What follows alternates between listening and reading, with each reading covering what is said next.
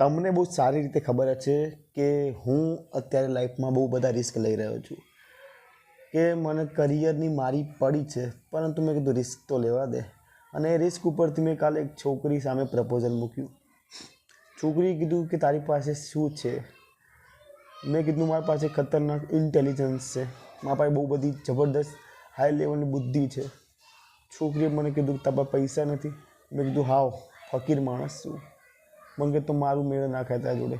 પણ મેં કીધું મારે ખતરનાક બુદ્ધિ તો છે, પરંતુ કે મારે એની બિલકુલ જરૂર નથી. મેં કીધું કેમ? કે મારી પાસે પણ નથી. મેં કીધું વાંધો નહીં, હું બચી ગયો. સારું કહેવાય. હું તો રિસ્ક લેવા માંગતો તો પ્રપોઝલ સમજ્યા વિચાર વગર મૂકી દીધું, પણ સારું કહેવાય ઉપરવાળાએ બચાવી લીધો. પીપોટ થઈ જાત મારું તો. તમે વિચારો એક ભણેલા માણસને